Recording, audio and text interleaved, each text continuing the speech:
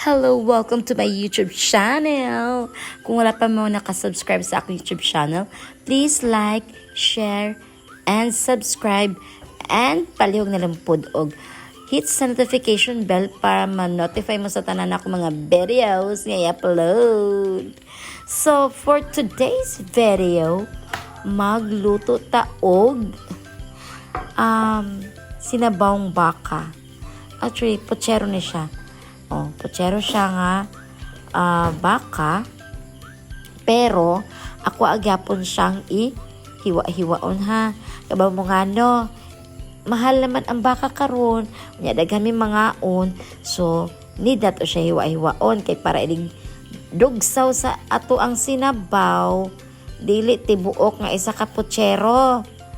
Di ba? Kay kung atong tinubukon nag isa ka potserohan, Ginoo ko dili gid na siya maigo pila mi kabuk mga on. So ekonomiya man taron baka, and then butangan nato og mga gulay. Di ba yummers na kaayo na siya guys. Then sa bawra man importante ana. So need nato na siya og daghang sabaw. Di ba? Ay pasensya naman sa get up ni Mother dear karon ha, kay napana siya purong-purong sa ulo, kay magbi na siyang naligo, kay syempre need na magpa-freshen up para fresh ang atong adlaw.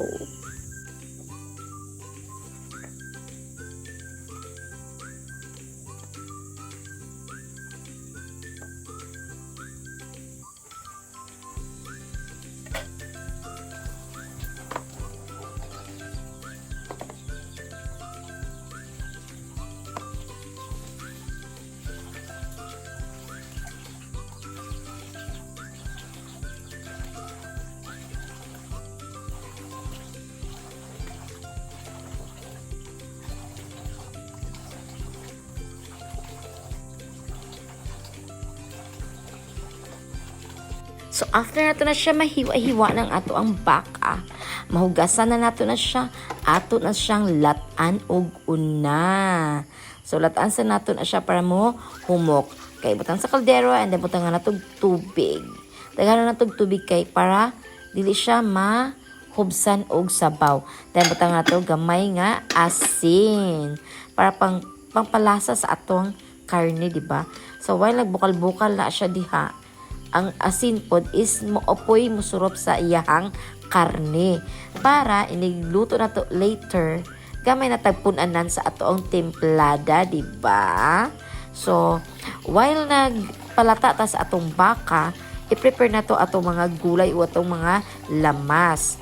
So ato anang i-prepare ang onion, spring onion. Lami man po ng baka ug naay kuan kanang spring onion or sibuyas dinahunan ba kung sa Bisaya pa na kitang tangal to siya ugat, and then butang sa planggana nga nag agas-agas ang tubig, then sibuyas, di ba, may spring onion pa, may sibuyas pa, para sa man to onion, no? Hala sige, and then ato ang luya.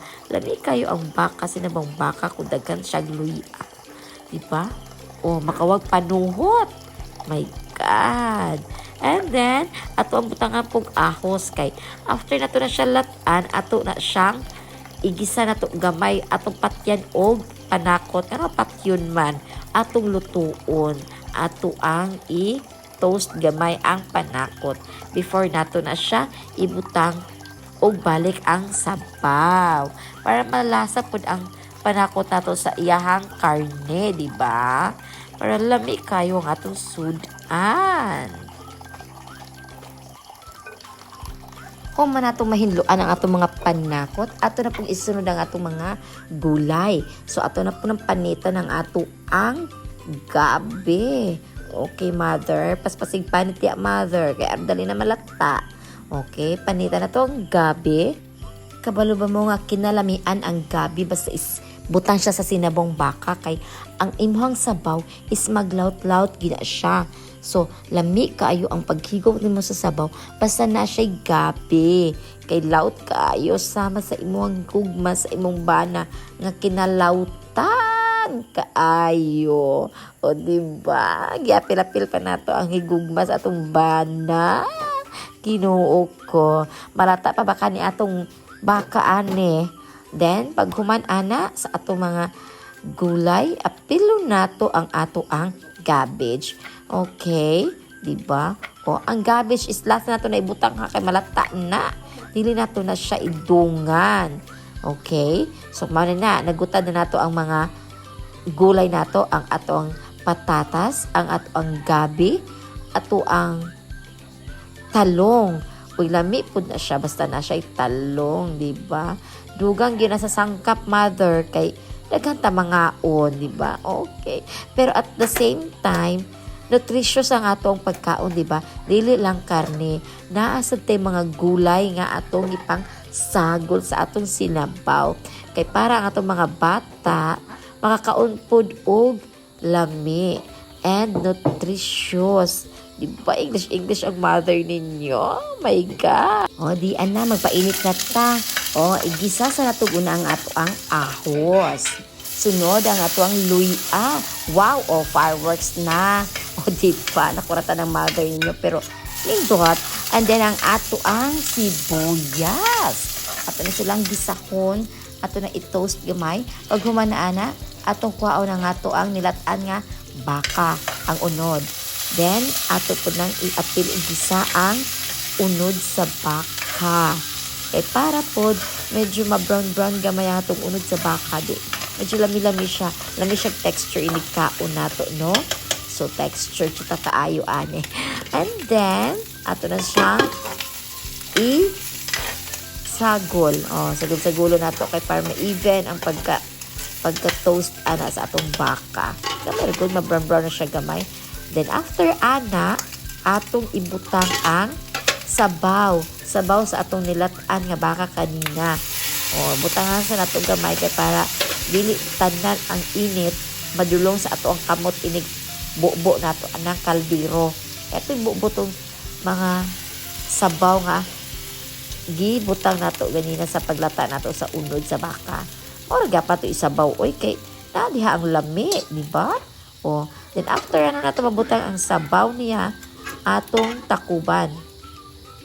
And then, humana na, tanaw na itong balik, ibutang nato ang atong mga gulay.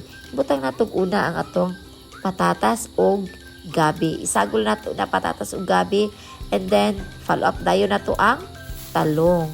So, para isahang bagsakan na lang na, gigagmayan mo po na ko og slice ang mga gulay, kay para dali na po sila malata, kay lata naman daan ang ato ang karne, di ba?